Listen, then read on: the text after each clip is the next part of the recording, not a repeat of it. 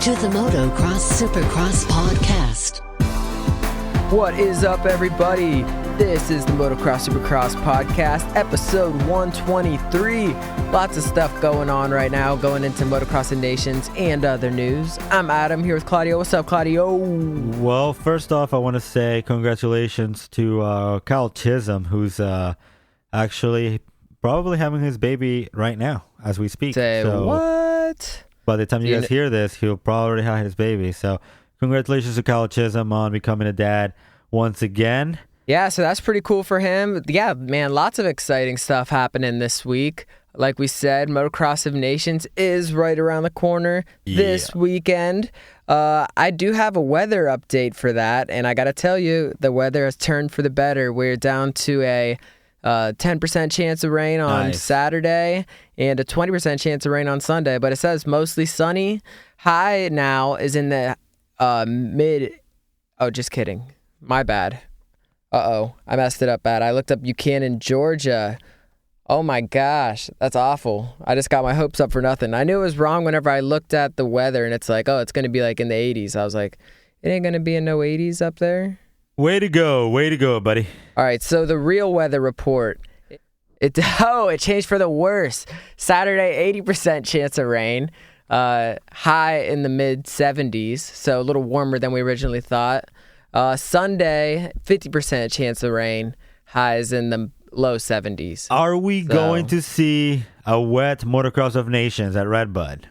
Yeah, it definitely looks like it. Oof. Thunderstorms and morning thunderstorms. Well, that could make things a lot more interesting than they already are. Oh, yeah. Coming into it this week, like you said, a lot of guys getting ready, and now with this wet forecast, it looks like way more interesting. I'm very, very ready for it. Yeah, like we said, mud races always makes things very exciting. So they're gonna wish they had Nicoletti on one of these teams. Right. We saw what our guys can do in those conditions. So I'm interested to see what the Europeans are gonna bring the rest of the world, I should say, are bringing for this race. Lorenzo Lacurcio actually did pretty decent too. So he did say he likes the mud. So that's right. Venezuela, that's right. We'll have to wait and see what happens. But speaking of like all these mud races we had this year with the Motocross series, there is a new Motocross schedule. It has been released. It's not like Supercross where you have to wait, a couple weeks before it starts. They released theirs just a couple weeks after the season ends. So it's funny how they do that, right? It's easier for them because there wasn't that many changes. There is only one change, and that is there is no more Muddy Creek, Tennessee. Oh, wow. And that one sucked last year. Remember, that was just a terrible race. Jeremy Martin got hurt, and it just seemed like everybody had a bad day there. And it just wasn't like the most exciting, of course, but they did replace it. This is good for us. Jacksonville, Florida, WWE Ranch Motocross Park, where we went to the regional, Loretta Lynn's regional there. Mm-hmm. So yeah, that's going to be on the schedule. The Florida National is what they're calling it. Yeah, finally. I mean, it's been due. Yeah, it's like, Florida's like massive in motocross. Like, give us a race, and now we got one. Nice. Interesting though, because when I first looked at that track, I wasn't like, I couldn't really see a national being there, but that's exciting. That's cool. You will, June 22nd. That's right, June 22nd. Everything else is the same order. Hangtown, Glen Helen, Thunder Valley, High Point, Florida National, Southwick, Redbud, July 6th. So a little bit closer to July 4th. It was July 4th kind of came like in the middle of the week this year. So it was like, well, do we celebrate before or after? But no, we're real close. July 6th is that. July 20th is the Spring Creek, Washougal, Unadilla, Budds Creek still on the schedule, and Ironman again. I wonder, we have to come up with something, how they have like Red Bud, or like, we have to come up with something for like the Florida National, so for the Florida National, we have to come up with something. Yeah, we could ask Flo Rida, see if he's got any ideas, Something cool. All right, so we'll have to think of that. But that's cool. So finally that's out. Not really much of they don't really make you wait at all for that. Like Supercross, we're just like, all right, where are we at? Getting close. Motocross like, nah, We'll show you how it's done. We don't want to be like the Supercross peeps. So yeah, here it is. There it is. There's nothing to be, all secretly about or anything. So here it is. Nice.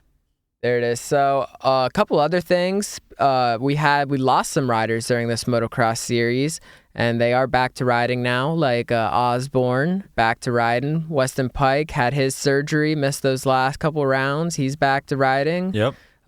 Dean Wilson riding again, but he's on that stock bike. He is rideless going into this 2019 Supercross season. Hey, you still got to get ready, though. He has to stay in shape and still be out there if he's thinking about racing this upcoming Supercross season. Yeah, he says he wants to, but Husqvarna did not renew his contract. They're just sticking with Osborne and Anderson for their 450s. Yeah. And yeah, it's going to be interesting to see where he ends up, if he ends up anywhere. I feel like very unfortunate for him for sure, but he's had a lot of injury problems. A lot of injury problems, plus we're talking about two champs right here, so you have to pick your battles. And unfortunate for Dean Wilson, Husqvarna decided to go different ways. So, what brand of bike could you see him on? Honestly, JGR's probably like, oh shit, we already signed Reed.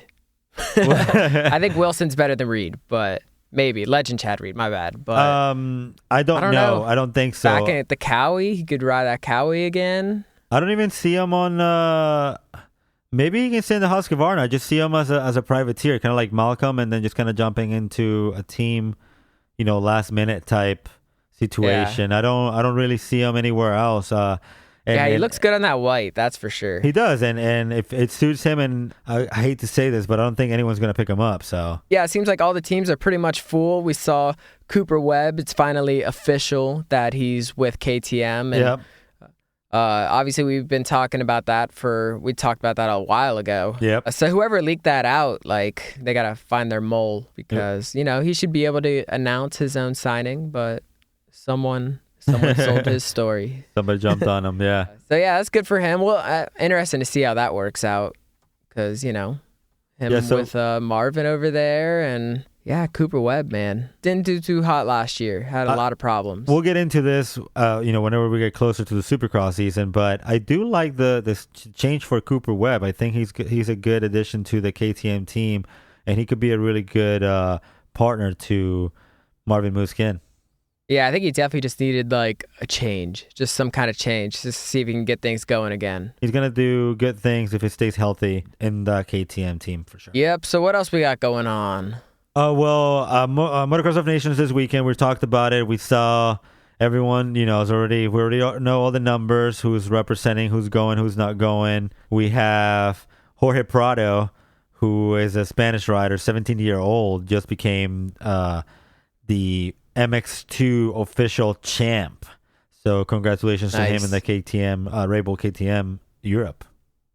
Nice. Such a big age difference in these motocross riders. Like we got Chad Reed, he's like in his 30s, and then we got a 17-year-old. It's like, what other sport do they have that, Yeah, it's amazing to see soccer. You can see 17-year-olds making debut in professional teams. Yeah, but do they play when they're that old too? How old? I don't know, like 40? Sure, it depends. All right. Well, I guess football's the same way. That was a stupid analogy, I guess. We got Juju, Steelers player. He's like I think he's 19, and then Tom Brady, who's like 41 or something. So I guess it's the same. Yeah. Dude, speaking of Juju, I saw on his page, because I'm obviously a big Steelers fan, and I follow Juju because he's always lit. And he posted this photo, this like action sports thing. I don't even know, actually. It was an advertisement for some product.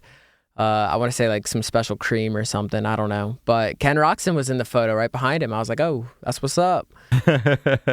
Representing right there, Someone's got to get out there and represent for the sport. And Ken Roxon seems to be taking that role. Nice. Well, congratulations, I guess, right?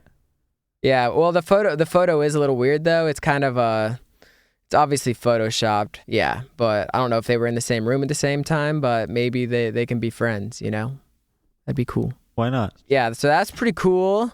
Just want to throw that out there. Yeah, so before we move on from the Motocross of Nations, there's a really funny picture of Redneck Huber, the Nitro Circus, like, I guess, fix-it-all mechanic type guy. Yeah. He posted a picture of Pastrana's bike, and it's got a bike that says, y'all mother effers need a two-stroke, and it's got, the two-stroke that he's going to be riding for the Motocross of Nations. So I thought that was kind of funny. Nice. Yeah, I'm excited for that. Two-stroke Travis. Two-stroke trap. That's a tongue twister right there.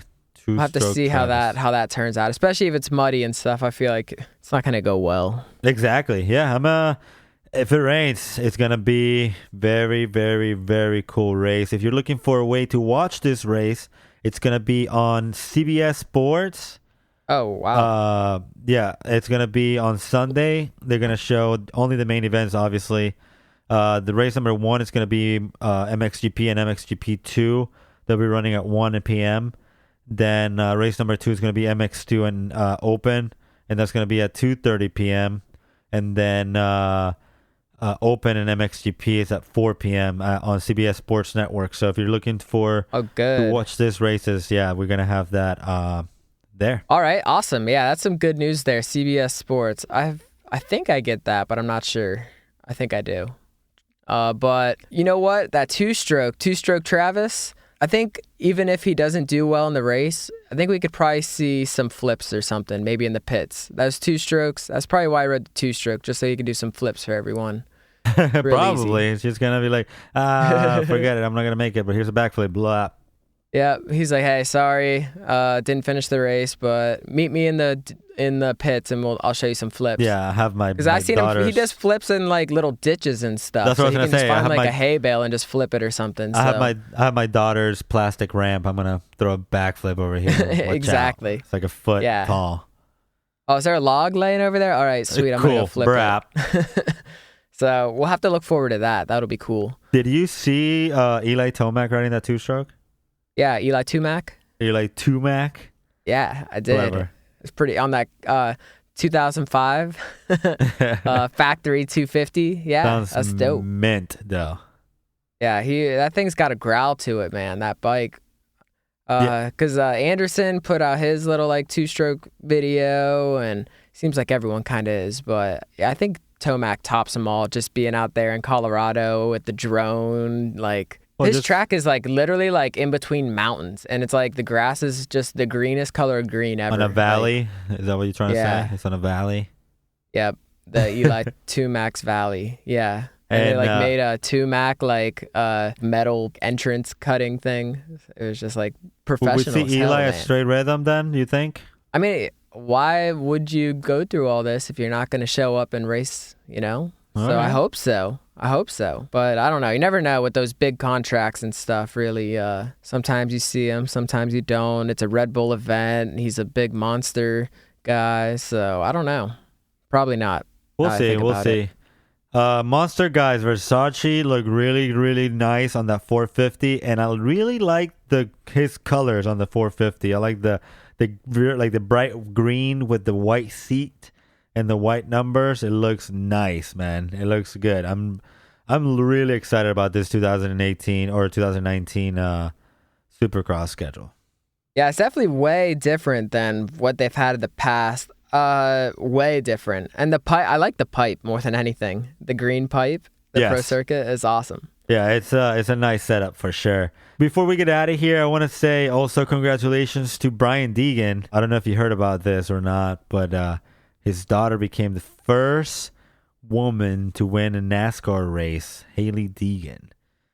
So she just did it, I believe, last weekend. He's only 17 too. These 17-year-olds are taking over, man. Millennials.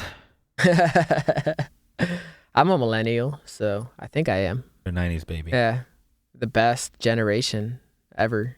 Sure. Yeah, so before Motocross of Nations, we'll have another show on or no? Maybe. We'll try and get a show up from the Motocross of Nations. So maybe like a nightly recap or something. I don't know.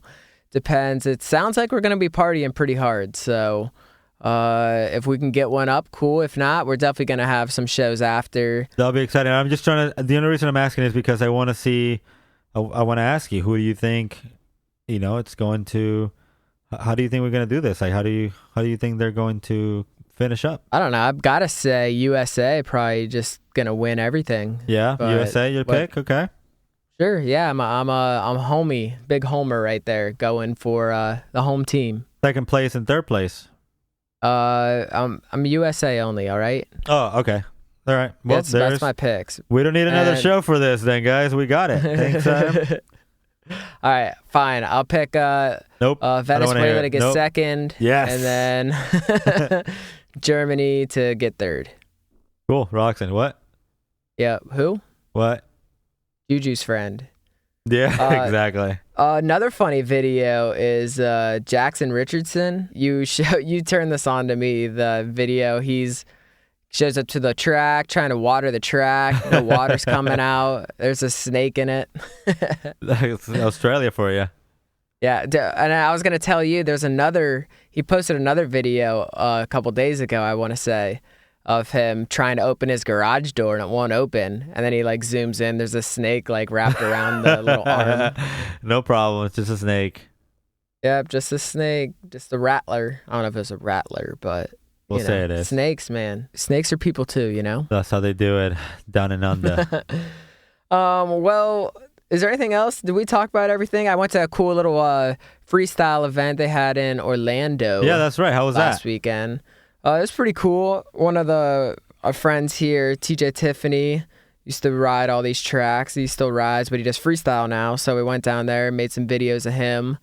And yeah, you can check that out on our Instagram at MXSX Podcast. And it was cool. The Orlando's just sucks for like events like that. Unless it's like Disney or Universal, like Orlando ain't good for anything. Yeah. So there was like really nobody there, but there was like, it was a professional setup though, for sure. They had like BMX contest and all kind of stuff going on. But very cool. Crappy turnout, but it was cool for me because I was just filming, you know? That's right. Yeah, so what do you say? Is there anything else you want to add to this one? I think we got it, brother. All right, well, yeah, Peace. You heard it there. Thanks everyone for listening. We will see you soon from Redbud, and we'll talk to you later. USA, USA, USA, Venezuela.